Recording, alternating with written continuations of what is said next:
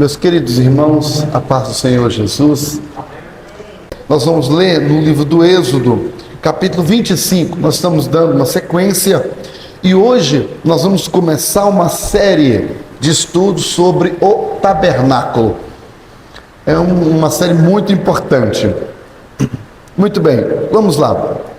Capítulo 25 do Êxodo e o versículo 1 está escrito assim: Então falou o Senhor a Moisés, dizendo: Fala aos filhos de Israel que me tragam uma oferta alçada de todo homem cujo coração se mover voluntariamente. Dele tomareis a minha oferta alçada, e esta é a oferta alçada que tomareis deles: ouro e prata e bronze, pano azul e púrpura, carmesim, linho fino de pelos de cabras, e para modelo de todos os seus móveis, assim mesmo o fareis. Amém. Podem assentar. Glória a Deus. Mantenha a Bíblia aberta, por gentileza, e nós vamos então ministrar todo o capítulo 25, com a graça do nosso Deus. Uma série sobre o tabernáculo. E o tema da nossa reflexão nessa noite é lições do tabernáculo frente ao mundo pós-moderno. Ou seja, o tabernáculo construído por Moisés, tanto tempo depois, será que tem alguma lição para nós? Será que a gente pode aproveitar isso para hoje? Com certeza que sim. Aqui, João Vitor, no livro do Êxodo, Deus está conduzindo literalmente, durante todo o livro, o povo de Israel para a terra prometida. E hoje, isso tem a ver com a gente? Tem, porque o nosso Deus está nos conduzindo para uma terra também prometida, que é a Canaã celestial. É a pátria onde nós vamos morar. Então só aqui já tem alguma coisa a ver com a gente, né? Outra coisa ainda, essa condução que estava sendo, inclui um templo. No caso, essa condução inclui um tabernáculo. Deus falou: olha, vocês vão fazer para mim um tabernáculo. E aqui no texto bíblico, para quem está com a Bíblia aberta, Êxodo 25, está escrito da seguinte forma, versículo 2: Fala aos filhos de Israel, Deus falando, que me tragam uma oferta alçada, de todo homem cujo coração se mover voluntariamente, dele tomareis a minha oferta. Significa que quando nós ofertamos, dizimamos na casa do Senhor, é para Deus, Deus recebe. Traga a minha oferta. Nesse caso lá da Bíblia, daqui da Bíblia de Moisés, a oferta não foi para o céu, não foi para a mão de Deus lá no céu. Deus recebeu aquela oferta para executar a sua obra aqui na terra. Deus executa obras aqui na terra. Então, naquela época, era para o povo vir congregar. Que Deus não precisa de templos feitos por mãos humanas, mas Deus queria reunir o seu povo num lugar para o cultuar. E hoje é assim também? Hoje Deus quer que nós, enquanto nós estamos indo para Canaã celestial, enquanto isso, nós precisamos reunir no lugar, no templo, para adorar o Senhor, nosso maravilhoso Deus. Então, percebemos aqui que tem tudo a ver. Há pessoas que falam, eu já conversei com pessoas que me disseram que esse negócio de igreja, de templo, isso é tudo coisa de homens. Não é não, tá aqui porque a pessoa não leu o Êxodo 25, porque aqui está dizendo, Deus falando, você Moisés, fala ao povo, Moisés, construa para mim um tabernáculo, e você vai pedir oferta a eles. E aqui fala, entre as ofertas que Deus mandou que pedisse, Deus aqui foi estipulando as ofertas. Versículo 2, olha, versículo 3: E esta é a oferta que trareis deles: ouro, prata, cobre. Hoje na igreja nós não pedimos ouro e prata e nem cobre, mas naquela época Deus falou: peça. Foi muito mais do que agora. Agora estamos até pedindo pouco. comparado àquela época, entende? Deus falou. Versículo 4: pano azul, púrpura, carmesim, linho fino. Não era qualquer linho, irmã Kátia, linho fino. Então Deus, o Senhor, estava falando: traga isso. Deus continua falando: peles de carneiro, tinta vermelha. A tinta vermelha, irmão, nos tempos bíblicos, era tinta caríssima. Só reis usavam nas suas instalações. Era caríssimo. E Deus fala: traga, porque para Deus é o melhor. Para Deus é o melhor. Versículo 6. E aí fala pele de texuco, madeira de cetim, que é uma madeira caríssima, né? Aí, versículo 6, azeite, especiarias para unção. Depois, versículo 7, pedra de sardônica, pedra por engaste. Essas pedras são pedras preciosas.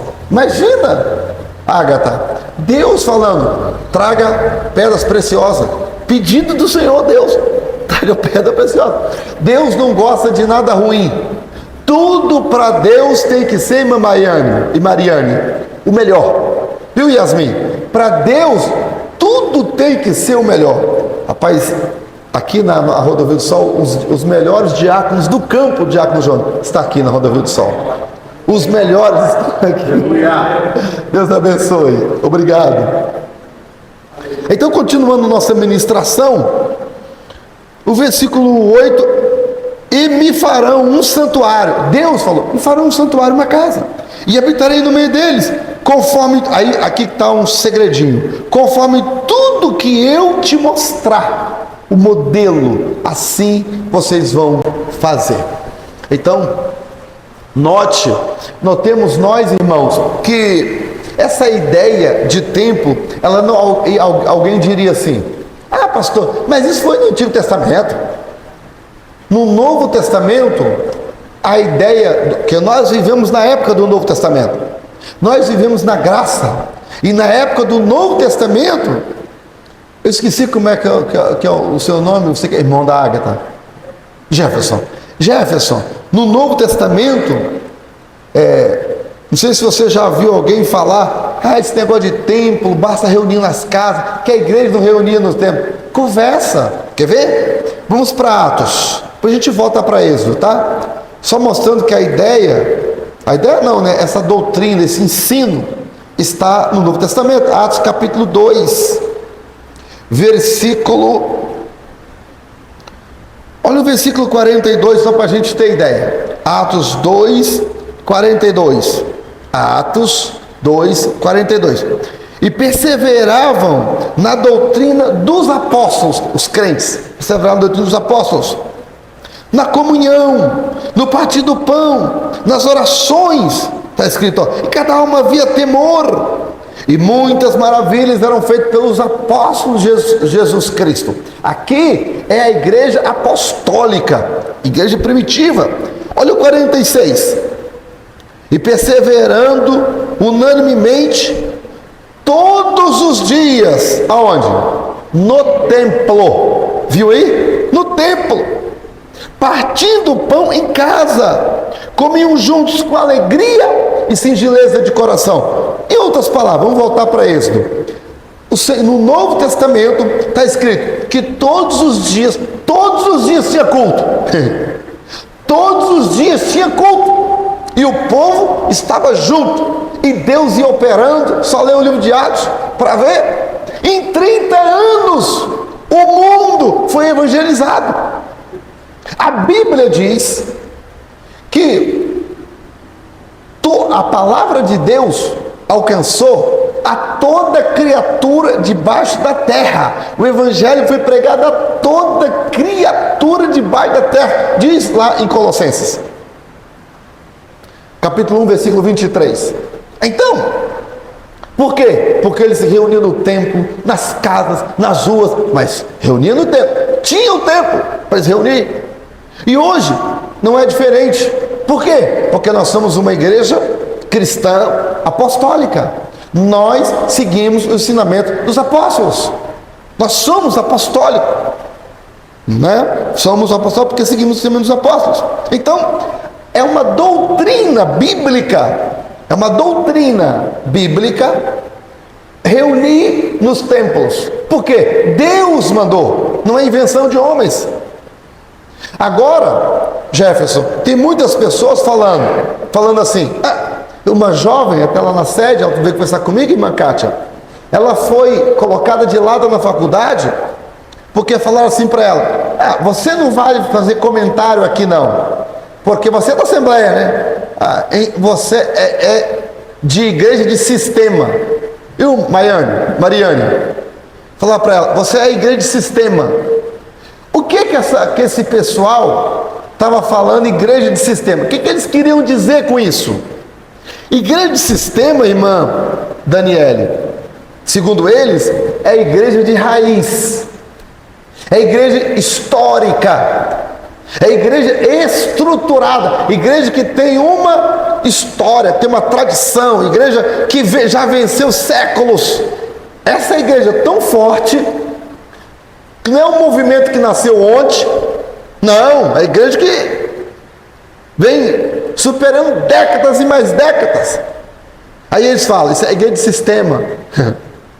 É o sistema sim, mas é o sistema do céu, é o sistema de Deus, que não deixa as portas fecharem, que não é uma portinha que abre hoje e o líder lá se envolve em adultério. Não, é uma igreja séria, é uma igreja poderosa nas mãos de Deus, aleluia, firmada na Santa Escritura. Então, se é para pertencer a alguma, então eu vou pertencer a de sistema, porque de sistema é forte. Não é um sistema humano, mas é o sistema da palavra de Deus. É a Bíblia que nos ensina. Então nós estamos lendo um texto que Deus mandou fazer um templo, reunir ali e adorar o Senhor e cultuar o Senhor. Está aqui, ó. Agora, no versículo 9 tem um segredinho. No versículo 9 está escrito aí, conforme tudo que eu te mostrar. Ou seja, meus irmãos, quem reúne aqui na Derrota do Sol sabe, nós não estamos apegados à placa de igreja, não, nós só estamos apegados à Santa Escritura, a palavra de Deus. Não é assim, irmão Hércules?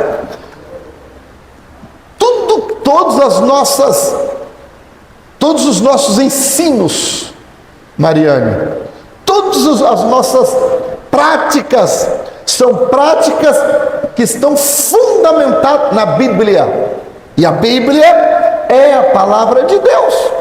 Já que a Bíblia é a palavra de Deus, é Deus mostrando o que? Conforme diz aí o versículo 9, conforme tudo que eu te mostrar para modelo. Encontrou a palavra modelo aí? Na sua Bíblia? Modelo do tabernáculo, para modelo de todos os seus móveis, assim mesmo o fareis. Então, irmão, na igreja de Deus,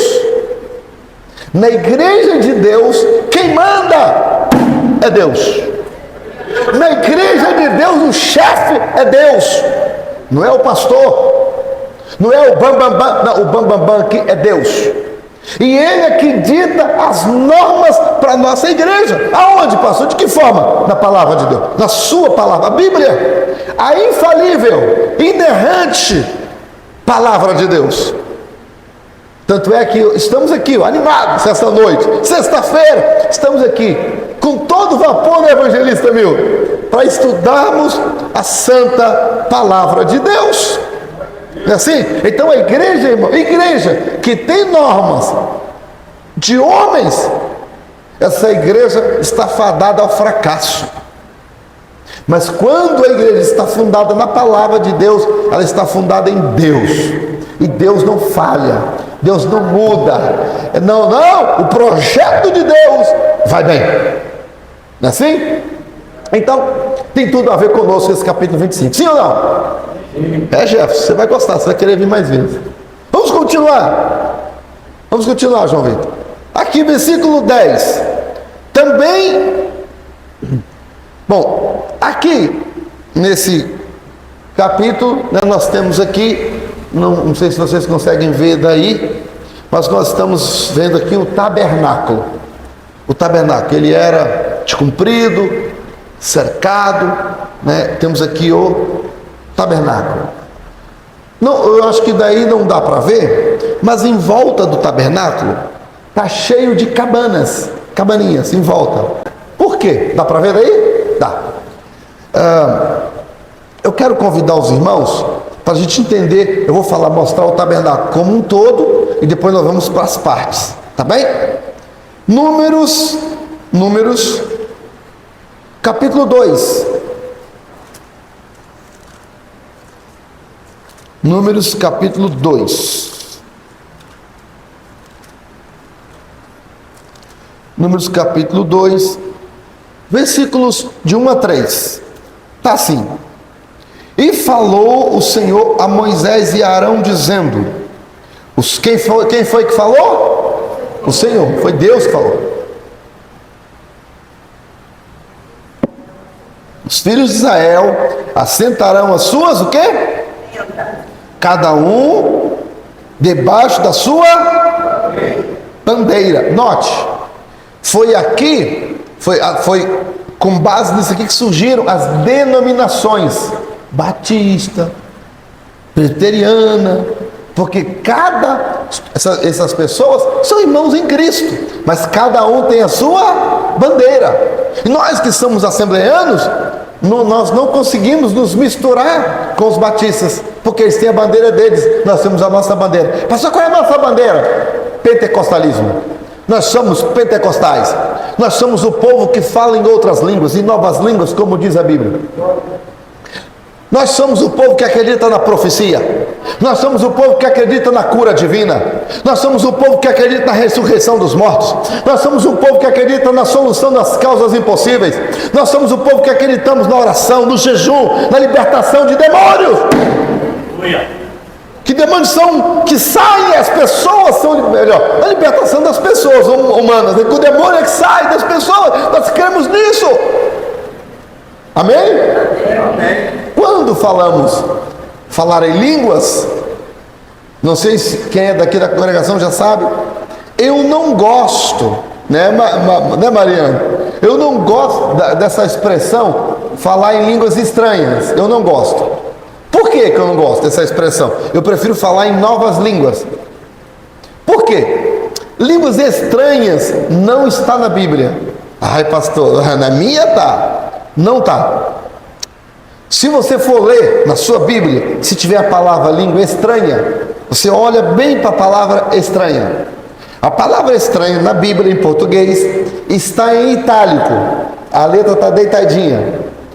Por que está em itálico? Porque está mostrando que aquela palavra, a palavra estranha, ela não está nos originais, no grego. Não está. A palavra estranha, ela soa como algo que não é digno de confiança. Nossa, fulano é tão estranho, né? Quando a coisa é estranha, a gente não confia, a gente não bebe, a gente não come, porque é estranho. Quem fala em novas línguas na igreja, não é estranho para nós, porque nós sabemos a origem. Quem fala, fala pelo Espírito Santo. Nós só não sabemos o que a pessoa está falando, mas isso também não interessa. Sabe por causa de quê? Porque quem está falando em línguas está falando para a sua própria edificação e fala secreto com Deus. Diz a Bíblia em 1 Coríntios capítulo 14. Então, nós somos o povo pentecostal, nós temos a nossa bandeira, certo? Muito bem.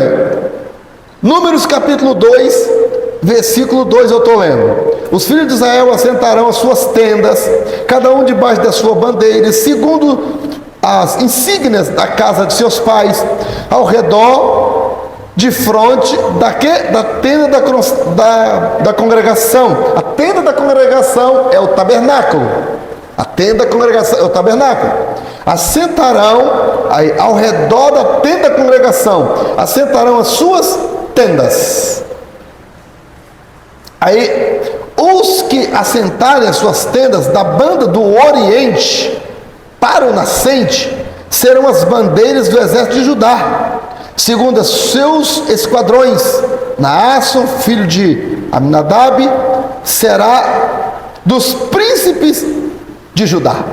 Então aqui começa a falar onde as tendas deverão ser colocadas. E aqui, se nós lermos o capítulo todo, nós veremos. Pode passar, João Vitor.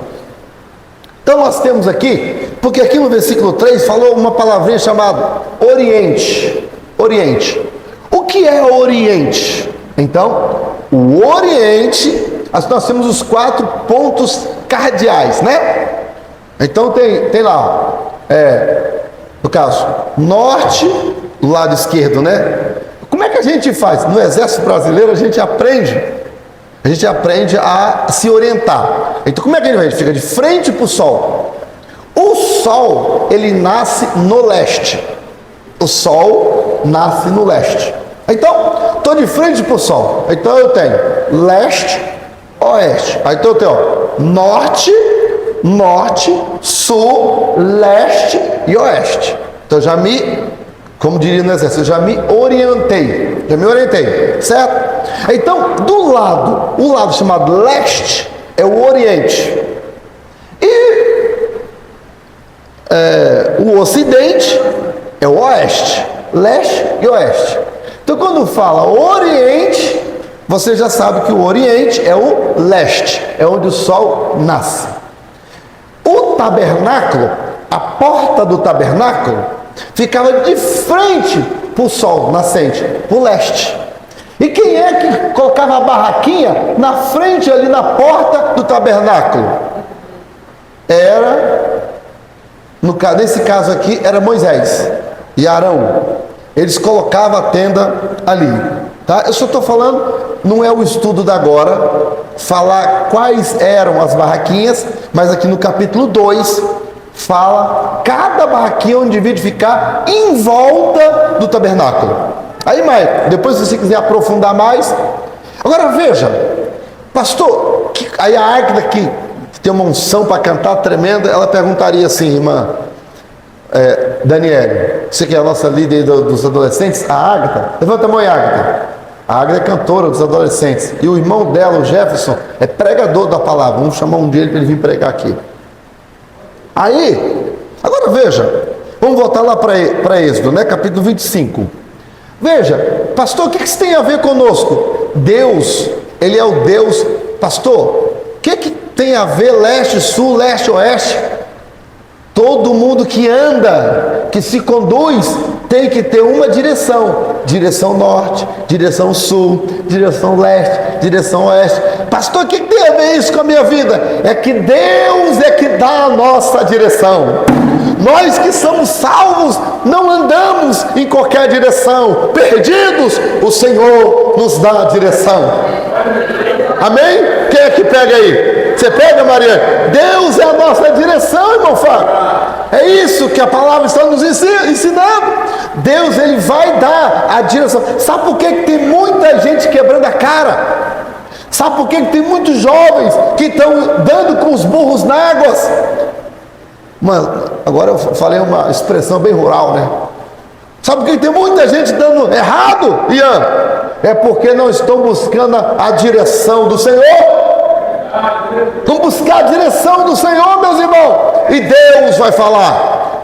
Tudo que você for fazer, ora primeiro, coloca Deus na frente e fica atento, que nos mínimos detalhes Deus vai usar alguém para falar com você. Vai dar tudo certo.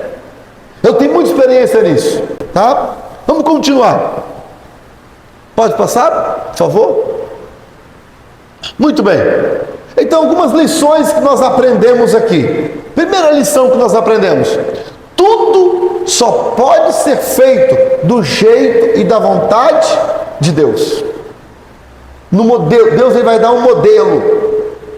Então nós não podemos estar inventando nada. É do jeito de Deus.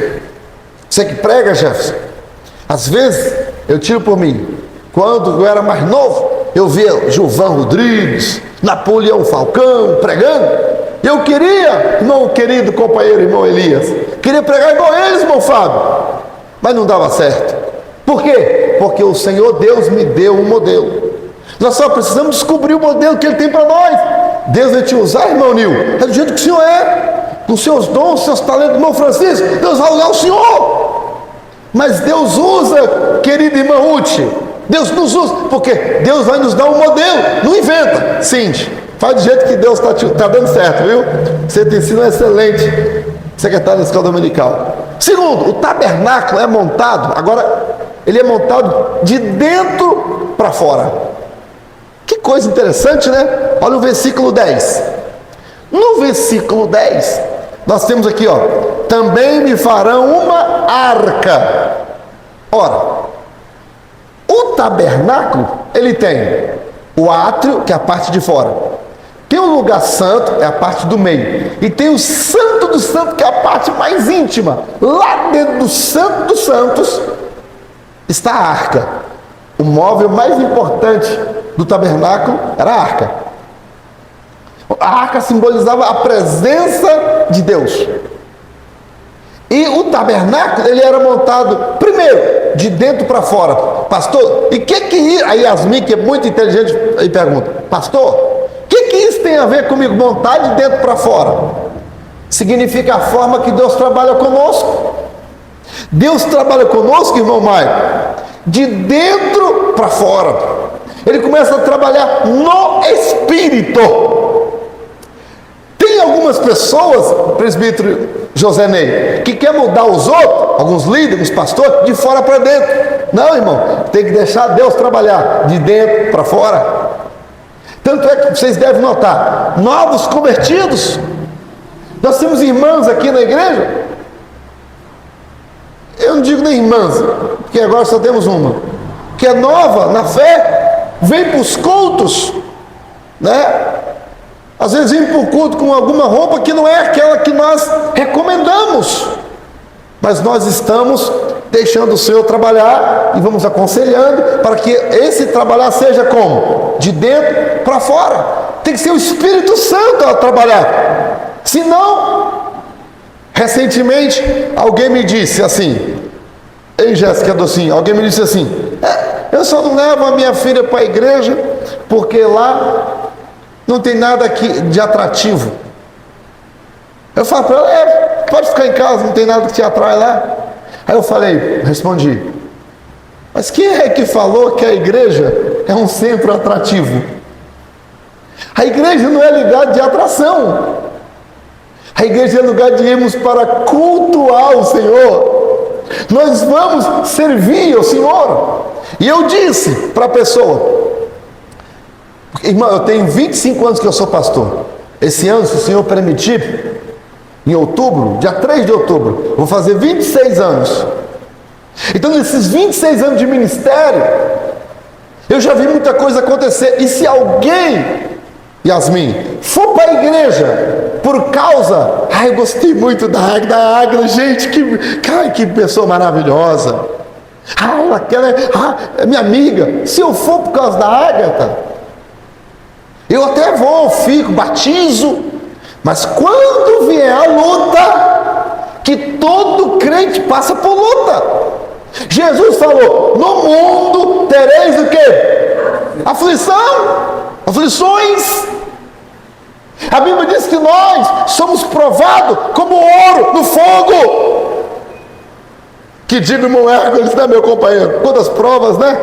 Todo mundo passa. E se a pessoa não for para a casa do Senhor, para a igreja, por causa de Jesus, e ela entender que Jesus morreu na cruz por ela, a perdoou, salvou, está levando ela para o céu, e ela vai enfrentar a luta, mas com Jesus, ela vai passar por cima daquela luta, ela vai chegar do outro lado, vai receber a vitória.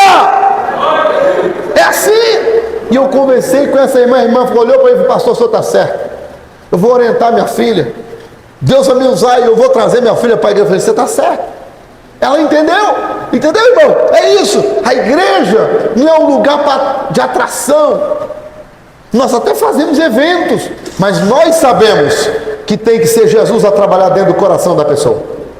Então o tabernáculo, ele é montado de dentro para fora. Pastor, mas o senhor está querendo dizer, pastor, peraí, que o senhor falou uma coisa aí, o senhor está querendo dizer que nosso corpo é tabernáculo? Não sou eu que digo, é a palavra. 1 Pedro, capítulo 1, versículo 14, vamos ler, está lá no Novo Testamento, depois a gente volta aqui para Vocês estão vendo que eu estou lendo e aplicando, né? 1 Pedro, primeira não, 2 Pedro. 2 Pedro, capítulo 1, versículo 14. Segunda epístola, ou carta de Pedro, capítulo 1, versículo 14. Rapaz, hoje eu estou gostando. Mariane você está pentecostal mesmo, Mariane. Deus te abençoe, minha filha. Versículo 14. Sabendo que brevemente hei de deixar este meu, como é que está aí? Tabernáculo. Como também nosso Senhor Jesus Cristo, que já me tem revelado. Mas também eu procurarei, em toda ocasião, que depois da minha morte, tenhais lembrança dessas coisas. Então Pedro fala, eu vou deixar esse tabernáculo, o corpo. O nosso corpo, o apóstolo Paulo diz, né, em 1 Coríntios, que o nosso corpo é templo, é tabernáculo do Espírito Santo de Deus. Então, entende? Então tem tudo a ver com a gente. E é de dentro para fora. Outra coisa que nós aprendemos, João Vitor, outra coisa que nós aprendemos é que, agora aqui já no versículo 10, é com a arca da aliança. Versículo 10. Também farão uma arca de madeira. Tá aí, madeira de o quê? Cetim. Tem tradução que fala de acácia. A madeira de acácia ou cetim é a mesma. Pastor, como é que é essa madeira? A Cindy, que é muito inteligente, ela sempre, quando ela faz uma pergunta lá no discipulado, é difícil de responder, tá? Porque a menina cava fundo. Né, irmão Francisco? O senhor também, quando o senhor faz. O Nil, não consigo nem responder, porque o homem é fundo aí na escritura. Já passou a Daniel já, o Nil. E aí, irmãos, cetim ou acácia, madeira de acácia, é uma madeira dura, é uma madeira de qualidade, madeira de lei. Ela é madeira que cupim não come, ela não apodrece, ela entra milênios, porque é madeira caríssima, tá? Madeira de acácia. E a arca era feita dessa madeira duradoura. Então tá assim, versículo 10, também farão uma arca de madeira de cetim ou acácia. Agora veja, Deus até o material, ele fala. Deus é Deus de detalhe, irmão. Não adianta a pessoa querer vir para a igreja de camisa regata, do jeitão da bermudada. Irmão, não é o culto não é do seu jeito. O culto é do jeito de Deus, porque o culto é para Ele. Não adianta eu querer ser modernão, eu querer ser isso, porque o culto não é para mim, não sou eu que estabeleço o padrão. Ai, meu, eu estou sentindo Deus aqui nessa noite, irmão. Não sou eu que estabeleço o padrão do culto é estabelecido por Deus. Porque é para Ele, e Ele não aceita qualquer coisa. E Ele fala, a madeira vai se fazer a arca, e a madeira é de acácia, e ele vai dando aqui os detalhes. O seu comprimento, será de 2,5 côvados, e a sua largura de 1,5 côvado, e de 1,5 côvado a sua altura. E começa a falar aqui o tamanho que vai ser a arca. Então, começa a dar aqui esses detalhes. Esses detalhes aqui da arca da aliança. Eu vou continuar lendo detalhes, depois explico mais sobre a altura, essas coisas. Versículo 11. E cobri-la de ouro puro, por dentro e por fora cobrirá. Quer dizer, aquelas tábuas de madeira derretiam o ouro e ia tampando a madeira toda. A arca, olha a riqueza que era a arca. E de onde tirou esse ouro? Dos irmãos. Deus falou, traga a oferta para mim, que aí vai fazer. É com essa oferta que eu vou fazer. Inclusive aqui vai uma lição para nós obreiros. Até a administração do dinheiro, Deus orienta onde que deve ser feito. Aqui na Rodovia do Sol, irmã Ágata, nós temos um costume, quando os irmãos trazem o dízimo, nós colocamos dentro do envelope, não sabemos o valor, também não interessa, né? Nós pegamos o dízimo do irmão e consagramos no altar do Senhor. Consagramos. Por quê? Porque a bênção de Deus, Sheilane, ela vem de Deus para a pessoa. E agora, já que aquele dinheiro é consagrado, os irmãos sabem, quem lidera o departamento aí, sabe como que eu sou seguro na administração da igreja, dos valores que entram. Nós não desperdiçamos dinheiro em qualquer coisa não, irmão. É muito bem administrado. Pastor, a igreja está crescendo, está reformando, já comprou isso, já comprou aquilo, papapá, agora vamos fazer ali a escada, botar granito, já compramos o granito, já está tudo pago, rapaz, semana que vem já vai vir começar a obra ali, e já, né? O pedreiro já deu um valor, eu chorei com ele, já caiu quase pela metade, falei, meu filho, é igreja. Você está entendendo? Então por quê? Porque esse valor, ele é o dízimo, as ofertas são consagradas no altar de Deus. Não é qualquer... Está entendendo, irmão? Tudo é orientado pelo Senhor. Eu vou ter que prestar contas, né? E aqui Deus faz a mesma coisa. Traga o ouro e tal, faz isso. Faz a arca, faz aquilo. Com as ofertas estão trazendo, é para fazer isso. Deus, Ele é o Senhor da igreja, literalmente. Ele é o Senhor da igreja. Pastor, e quando o irmão faz uma coisinha assim errada, o que é que o senhor faz? Eu pergunto para Deus, o que é que eu vou fazer? Uma vez o irmão falou, pastor, o senhor é firme. Irmão, não é questão de ser firme, é uma questão que eu já conversei com o Senhor lá antes em casa. Na madrugada, você não sabia? Mas antes de eu conversar contigo, eu acordei na madrugada e falei, Jesus, o que é que eu vou falar? Vou chamar o irmão fulano. Já aconteceu várias vezes. De eu falar assim, vou excluir esse irmão, a disciplinar para ser besta. Quando eu vou orar, Jesus fala assim, não, só aconselho, faz assim, faz assado. Jesus, tá bom, Senhor, o Senhor está mandando, é isso mesmo, porque quem morreu na cruz foi Jesus. E às vezes eu sofro pressão de pessoas que me apertam, que acham que eu sou muito mole, acham que eu quero, mas não é, irmão. Porque na madrugada eu estava lá ajoelhado, apresentando a pessoa aos pés da cruz. De calamachuri, comanagandas, nébias. Aleluia, coisa séria. Então, Deus ele orienta tudo que tem que fazer. Depois vamos continuar. Tudo só pode ser feito do jeito de Deus. Modelo é isso. O tabernáculo, opa, calma. O tabernáculo é montado de dentro para fora, né? 3, a arca representa a presença de Deus.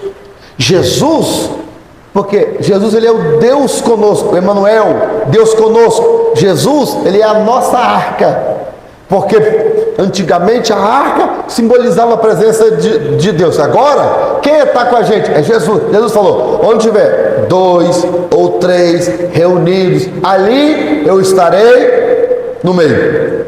Então Jesus está aqui, Ele é a nossa arca, Ele é Emmanuel, Deus conosco.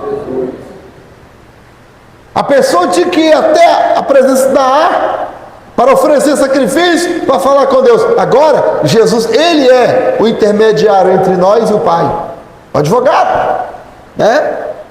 A arca continha elementos. Sabe, não pulou nada não, meu preto? Volta lá. Não pulou nada. A arca, aí tá bom. Maravilha. Vamos continuar aqui então. Minha hora está voando. A arca representa a presença de Deus. Muito bem. A arca continha elementos que simbolizavam Cristo. As tábuas, tinha 3 elementos: as tábuas da lei, o cajado de Arão que havia florescido, e tinha também o maná. O maná. O maná, a Bíblia diz, Jesus falou, eu sou o pão vivo. O maná é o alimento, Jesus é o pão vivo, nosso alimento. As tábuas da lei, é a lei de Deus, é a palavra de Deus. Jesus, ele é o verbo de Deus encarnado, é o Logos, é a palavra de Deus, Jesus. E o maná, ele é o pão.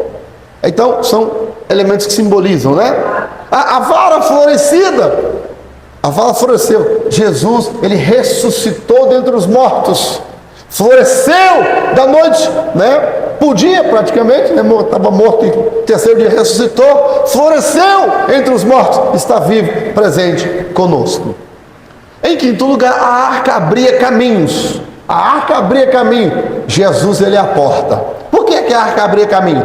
Lembra quando foi atravessar o Rio Jordão? A arca tocou no rio, o Rio Jordão abriu de um lado ao outro, e o povo passou. A arca é na frente, garantindo a vitória. Quem vai na frente agora é Jesus, na nossa frente. Você vai para a escola, Jesus está na sua frente.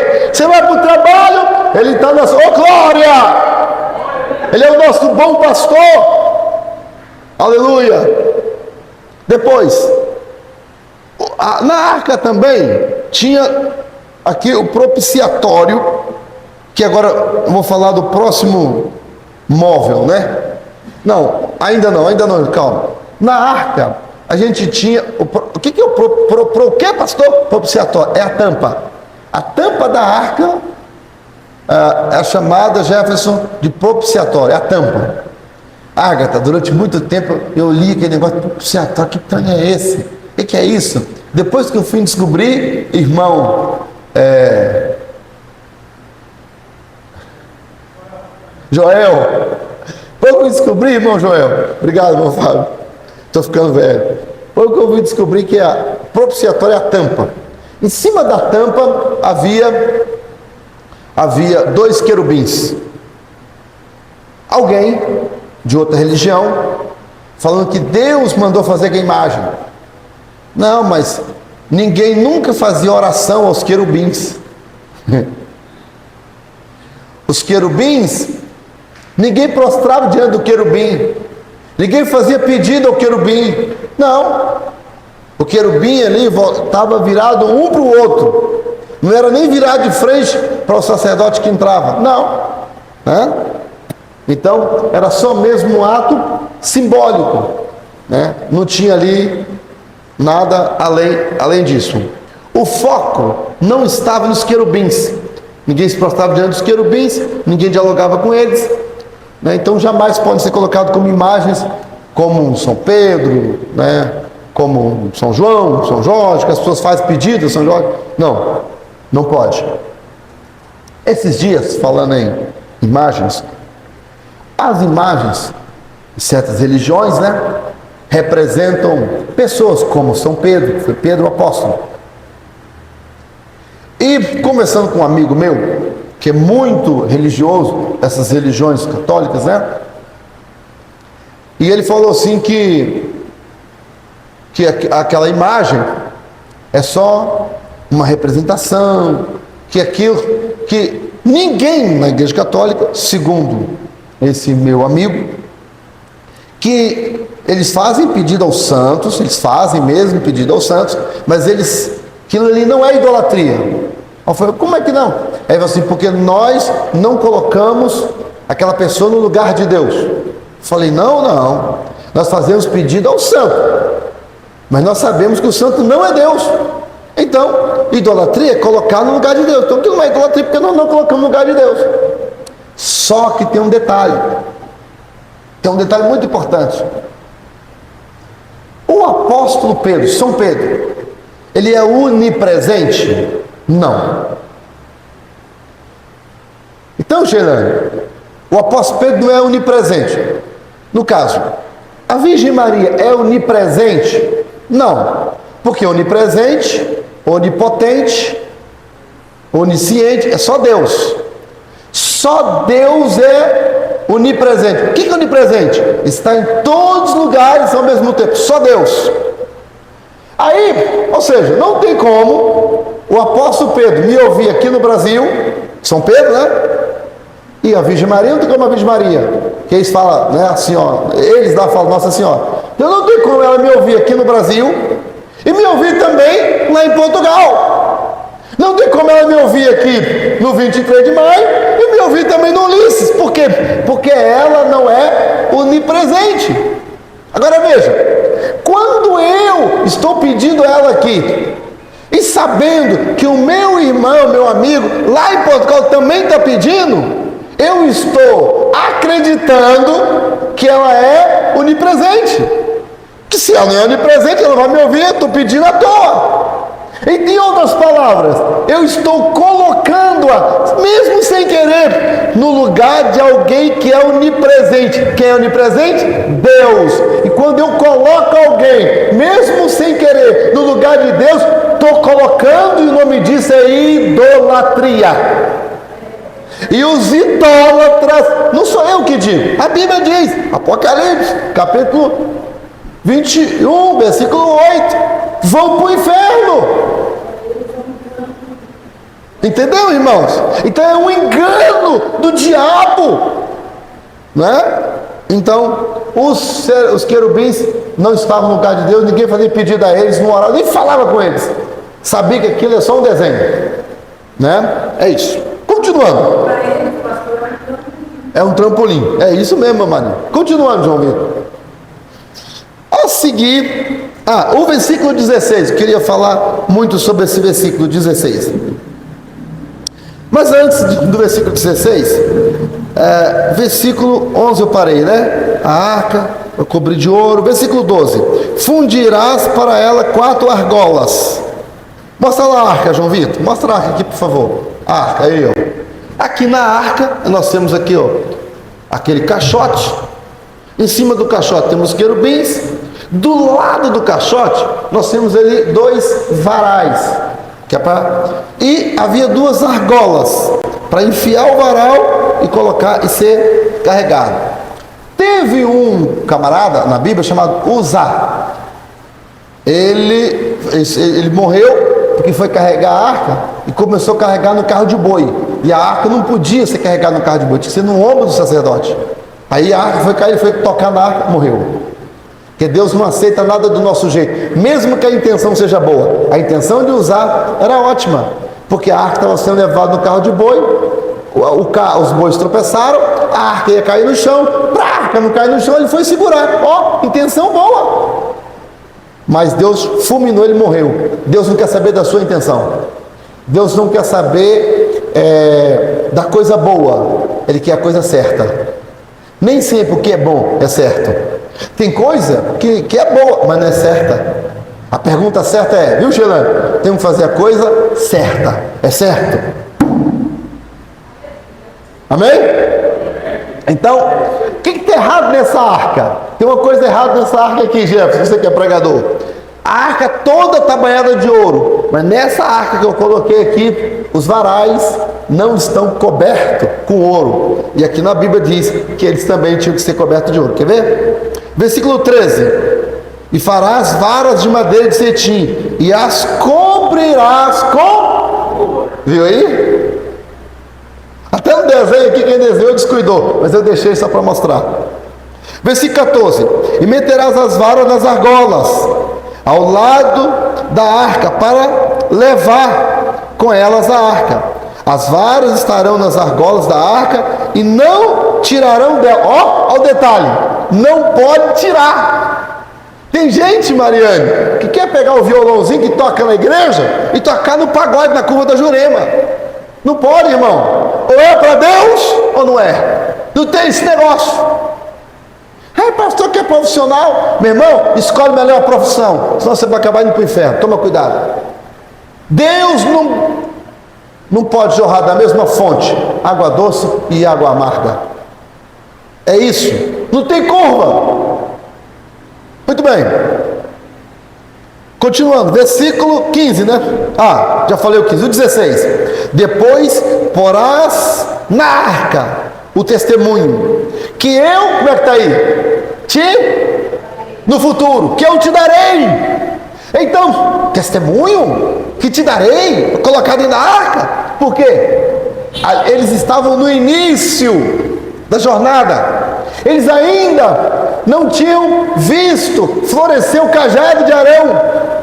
Eles ainda não tinham experimentado o maná. Eles ainda não tinham recebido as tábuas da lei. Aí o Senhor falou assim: eu vou mostrar o testemunho. O testemunho era experiência, Sheilane, que eles iam passar e Deus ia pedir: coloca um exemplar dentro da arca, da vara de Arão, das tábuas da lei, como se fosse uma cópia, né? Coloque aí um pedacinho de maná, que é para o povo se lembrar, que é para servir de testemunho. Sabia que testemunho é muito importante ser contado de geração a geração, contar para os nossos filhos. E o Senhor falou aqui: testemunho que eu te mostrarei. Aqui, Deus vai te dar experiência para você contar, para ser testemunho. Aleluia. O João Vitor é a pessoa de oração. Ele confia muito na oração dele. Por quê? Porque ele, em garoto, teve uma experiência na oração. Quando nós temos experiência com Deus, a gente passa a confiar no Deus que deu. Sim ou não? Aleluia. Jéssica, um dia, lá na minha casa, passamos apertado, o gás acabou. E eu tinha ouvido falar de alguém que botou a mão no gás e orou, e Deus, e eu lembrei daquela experiência, fui lá, botei as duas mãos sobre a botija, orei. Minha filha era bebezinha, tinha acabado o gás, tinha que fazer mamadeira, era no dia 1º, só ia receber lá pelo dia 5 ou 8, faltava uma semana para a gente receber, faltava uma semana. E eu fui lá, coloquei a mão na botija, orei, fui lá no gás, virei o fogo, cozei o isqueiro, o fósforo, pegou o fogo azulzinho. Está aqui minha esposa, que eu lembro. Fogo azulzinho, fez madeira, fez janta, cozinhou uma semana. Quando fez os 8 dias, eu chego em casa, subi no morrinho da minha casa, tá minha esposa outra vez, com a minha filha no colo, e fala: amor, acabou, agora acabou mesmo, irmão. Eu falo: Deus, sou isso, não se preocupe, amor, o dinheiro está aqui no bolso, pode ligar, pegar o telefone, ligar para o homem do gás, traz do gás que tem dinheiro para pagar. Eita Deus lindo, experiência. E aqui testemunho, nós precisamos disso em direção a Canaã, amém? Anda rápido aqui para a gente terminar, estou acabando. Pode passar essa parte que já falei. Versículo 17. No versículo 17 nós temos aqui: também farás o propiciatório. É a tampa, já falei da tampa, no já dos querubins. Versículo 23. Também farás uma mesa de madeira. Ah, agora sim, ó. E aqui, essa mesa ao comprimento, aí tem aí, ó, a mesa de madeira de cetim, seu comprimento será de 2 côvados, ou seja, 88 centímetros. A largura, 1 côvado, 44 centímetros. A altura, 1 côvado e meio, 66 centímetros. Então, pastor, fala para mim, 1 côvado é quando, ó, é só medir, ó, daqui até aqui. Os homens de Israel, geralmente daqui até aqui, mede-se 45 centímetros. É um judeu. Então, 1 côvado, essa medida aqui, ó. Na época não tinha metro, né? Tantos côvados. É daqui a aqui. 45 centímetros. Fazia assim, daqui até aqui. Isso de um homem judeu. Eles não eram muito altos, então o braço não era muito grande. Muito bem, era a medida, comprimento 88 centímetros, largura 44, altura 66. Tinha uma borda de 4 dedos. Isso aqui era a mesa chamada mesa dos pães asmos. Mesa dos pães. Aí a Águeda, que é muito inteligente, fala assim: pão o que, pastor? Asmo. Que trem é esse? Pães asmos são pães sem fermento. Sem fermento. É a mesa dos pães asmos. Aí de comprimento. Aí tem aqui Versículo 24, vai cobrir de ouro, e tem aqui todos os detalhes. Versículo 25, a moldura, que eu falei que é de 4 dedos, até o versículo 30, vai falando os detalhes desse móvel, a mesa dos pães asmos. Versículo 31, do versículo 31 até o 40, nós temos um outro móvel, que é o candelabro, candeeiro ou castiçal. Candelabro, candeeiro ou castiçal é o mesmo. Ele era feito de uma peça única de ouro, derretia o ouro, não podia soldar não, e aí aquela peça única de ouro ia fazendo o castiçal. Como é que ele era? Ele era alguns detalhes do castiçal. Era uma peça só. O castiçal simboliza Deus. Deus é um só, não tem divisão, entende? Só tem um Deus, é em 3 pessoas, mas ele é um Deus. Mas o que? A base central era de 3 lâmpadas de flor de farinha, né? 3 lâmpadas de um lado, 3 do outro, mas a base dava flor de... Eu falei flor de farinha? Mas não é flor de farinha não. Formato de flor.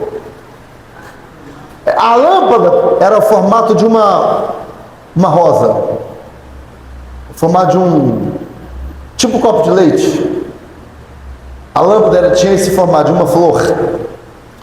E aí, na haste, tinha os desenhos em formato de amêndoas. Tinha formato de amêndoa e também de flor, na haste assim do castiçal. Mas o que? Também no castiçal era colocada ali naquela lâmpada, ela era acendida e nunca poderia apagar. Era colocado ali o azeite. O azeite simboliza o Espírito Santo. De dia e de noite, em Levítico 6 fala sobre esse fogo no castiçal. O fogo arderá continuamente, não se apagará. Eu tinha que manter o fogo aceso diariamente. Significa, o fogo do Espírito Santo em nós não pode apagar. Amém? Mas o que é sobre o castiçal que eu poderia falar? Versículo 40. Atenta, pois, que faças conforme o seu modelo, que te foi mostrado aonde? No monte. Deus, ele mostra cada detalhe que tem que ser feito. É claro, nós vamos falando sobre o tabernáculo e vamos falando sobre os móveis. Eu estou falando agora dos móveis que estão em algumas partes. Nós temos, agora eu falei de mais 3 móveis, né? É assim, no lugar santíssimo ficava um móvel só. Depois, mais na frente eu vou mostrar. No lugar santíssimo ficava só a arca. No lugar santo tinha um véu que separava, tinha um véu. Aí no lugar santo ficava a mesa dos pães asmos, ficava o candelabro e o altar de incenso. O altar de incenso, vou falar no próximo culto, que hoje não vai dar tempo. Também não está aqui no capítulo 25. O próximo capítulo fala sobre o altar de incenso. Eu vou explicar, se Deus permitir, Jefferson, sobre como que era feito o incenso. Por que tinha que cheirar tanto? Deus não gosta de nada fedorento. Deus gosta de cheiro. Amém? E que Deus em Cristo nos abençoe. Fale mais e melhor em cada coração.